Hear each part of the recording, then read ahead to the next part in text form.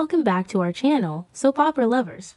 Today is a beautiful day to dive deep into the scandalous, heart-stopping drama unfolding in Genoa City, and trust me, you will want to hear every single detail we have for you today. The landscape of Genoa City is currently a ticking time bomb of corporate espionage, fabricated evidence, and deeply buried secrets. But nothing could prepare us for the sheer emotional devastation and the shocking twists that are about to rock the Romalotti family to its very core. We are looking at a moldy front war where a beloved rockstar patriarch has seemingly vanished into thin air, a desperate son is cracking under the unimaginable weight of his parents' chaotic lives, and a fiery redhead is making the most dangerous, reckless gamble of her entire existence. The stakes have absolutely never been higher, and the ripples of these impending disasters will touch every single major family in town, leaving a trail of broken alliances and shattered lives in their wake. The tension begins to build in a seemingly quiet, unassuming moment when the newly reinstated district attorney, Christine Blair Romalotti, crosses paths with Daniel Romalotti Jr. Christine, with her sharp legal mind and deeply ingrained maternal instincts, immediately notices that something is profoundly wrong with Daniel. He is carrying a physical heaviness, his shoulders slumped, his eyes darting with an unspoken anxiety that completely betrays his usually composed demeanor. Christine knows Daniel well enough to recognize the signs of a man who is standing on the absolute precipice of an emotional breakdown. When she gently approaches him and asks if something is wrong, she is expecting to hear about his mother's highly publicized legal troubles. Instead, Daniel delivers a response that sends an immediate, icy chill down her spine, shifting the entire narrative into a terrifying new direction. Daniel looks at Christine with a heartbreaking mixture of vulnerability and sheer dread, admitting that he desperately hopes nothing is wrong, but he is consumed by a gnawing, inescapable unease. He hesitates, the words catching in his throat, before finally asking Christine if she has heard anything from his father, Danny Romalotti. The question hangs in the air like a heavy fog. Danny recently returned from a trip to Barcelona, a journey that should have been a routine return to the people he loves.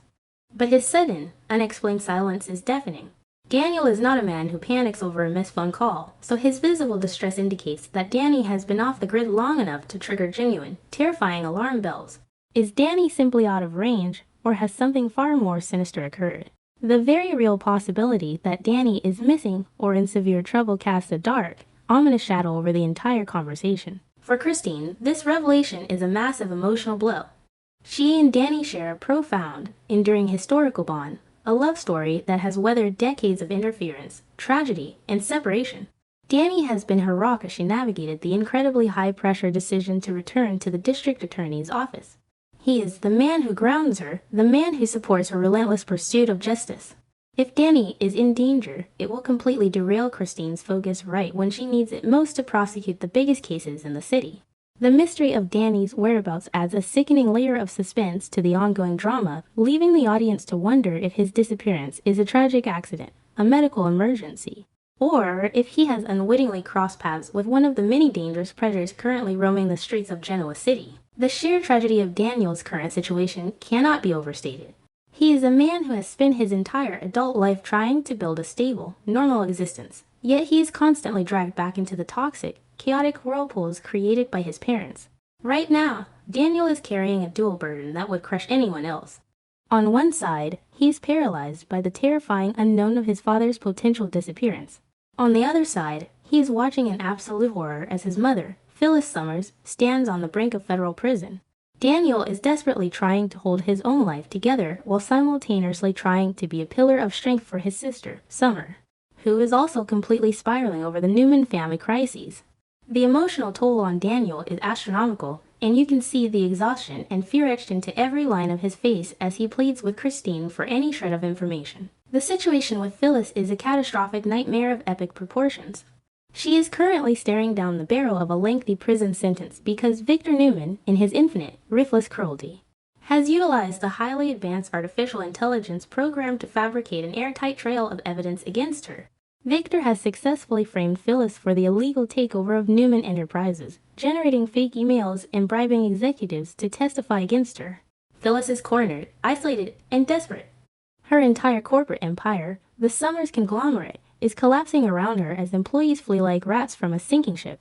The walls are closing in, and instead of relying on the people who actually want to save her, Phyllis is reverting to her most self-destructive, arrogant tendencies, pushing away the only lifeline she has left. In a move that perfectly encapsulates her erratic, desperate state of mind, Phyllis makes the shocking decision to fire her attorney, Michael Baldwin, yet again. The confrontation between them is electric with tension and bitter frustration. Michael is not just any lawyer, he is a brilliant legal strategist, Victor Newman's former fixer, and most importantly, Phyllis's oldest, most fiercely loyal friend. Michael has risked his own reputation, his marriage to Lauren, and his standing in the legal community to take on this seemingly impossible case. He actually walked into the Newman ranch and demanded that Victor name his price to let Phyllis go. He has fought tooth and nail to find a loophole in the fabricated AI evidence. And how does Phyllis repay this unwavering loyalty? She cuts him loose, unceremoniously kicking him to the curb in a moment of pure, unadulterated hubris. Michael's frustration is palpable and entirely justified. He knows exactly how dangerous Victor Newman is, and he knows that Phyllis is walking blindly into a slaughterhouse. When Phyllis coldly claims that she no longer needs his help, Michael does not just walk away. He is deeply suspicious, knowing Phyllis well enough to realize that her sudden burst of confidence means she is plotting something incredibly reckless. Michael demands to know what she is up to, his voice laced with a mixture of anger and profound concern. He knows that Phyllis operates best in the shadows, but he also knows that her solo schemes almost always end in spectacular, devastating explosions. Michael is forced to stand on the sidelines, watching his best friend dig her own grave, completely powerless to stop her from executing whatever insane master plan she has concocted. The terrifying truth behind Phyllis's newfound confidence is that she believes she holds the ultimate trump card against the Newman family. That trump card is none other than Matt Clark. For those who need a refresher, Matt Clark is a historical monster, a man who inflicted unspeakable trauma and abuse upon Sharon and Nick Newman years ago. Recently, Matt returned to terrorize the Newmans in Las Vegas, culminating in a violent explosion and Nick's tragic fentanyl overdose. However, a violent encounter in the desert left Matt with profound, total amnesia. Phyllis stumbled upon this blank slate of a man at the Genoa City Athletic Club and immediately recognized the golden opportunity. She has been holding him hostage in plain sight, executing a high-stakes, incredibly dangerous game of seduction and espionage. Pretending to be his lover while secretly digging for the ultimate leverage, Phyllis's master plan was as brilliant as it was twisted. She was using Matt's amnesia to keep him docile and trusting, feeding him fake memories of a grand romance. While his guard was completely down, she was frantically searching through his belongings, contacting underground sources, and piecing together an airtight dossier of evidence proving that Matt was the one who supplied the tainted fentanyl that nearly killed Nick Newman. Phyllis intended to use this explosive evidence as a bargaining chip, planning to march into Victor's office and offer him the man who destroyed his son in exchange for Victor dropping the fabricated AI charges against her. Matt Clark was her golden ticket, her only leverage, and her absolute last hope for freedom. But in a twist that will leave audiences screaming at their screens, Phyllis's entire house of cards comes crashing down in an instant. She returns to the suite, ready to continue her dangerous game, only to find that Matt Clark has mysteriously, inexplicably vanished. The sheer, visceral panic that washes over Phyllis is indescribable.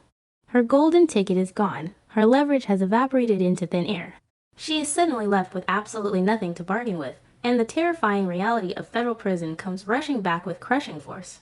Finding Matt Clark instantly becomes her absolute top priority. She must scour every corner of Genoa City, tracking down a man who does not even know his own name, before Victor finalizes her destruction. The stakes of Matt's disappearance extend far beyond Phyllis's legal troubles. A monster is currently wandering the streets of Genoa City, completely unmonitored. What happens if Matt bumps into Sharon Newman at Crimson Lights? What happens if the sight of the Newman Tower triggers a violent resurgence of his memories? If Matt Clark remembers who he is and what he was trying to accomplish, the entire city will be bathed in blood. Phyllis has unwittingly unleashed a ticking time bomb upon the public, and her frantic, desperate search to find him is a race against a very deadly clock. She is no longer just fighting for her freedom. She might inadvertently be fighting to prevent a massive, violent tragedy from striking the people she secretly still cares about. If I am being completely honest, my personal commentary on these characters right now is a mixture of deep sympathy and utter exasperation. Daniel Romalotti Jr. deserves a massive medal and a year-long vacation on a remote island. The amount of trauma he absorbs from his parents is unfair, and his current panic over Danny is heartbreaking to watch. Christine is brilliant, but her blind spot when it comes to the Newmans might cost her dearly if she does not realize she is prosecuting Phyllis on fake evidence. As for Michael Baldwin, He is a saint for putting up with Phyllis, but he needs to draw a hard boundary before she drags him down with her. And Phyllis is her own worst enemy. Her survival instinct is unmatched, but her arrogance blinds her to the fact that she cannot outsmart Victor Newman and a psychotic amnesiac at the same time. She is playing with fire, and she is about to get burned to a crisp. Looking ahead, my prediction for what will happen next is packed with pure, unadulterated adrenaline. I predict that Danny Romalody's disappearance is not a random coincidence. I believe he has stumbled onto something dangerous. Perhaps crossing paths with Matt Clark or uncovering a piece of Victor's AI conspiracy during his travels. As for Phyllis, her frantic search for Matt will lead her directly into the crosshairs of Patty Williams, who is secretly married to Matt and has her own twisted agenda.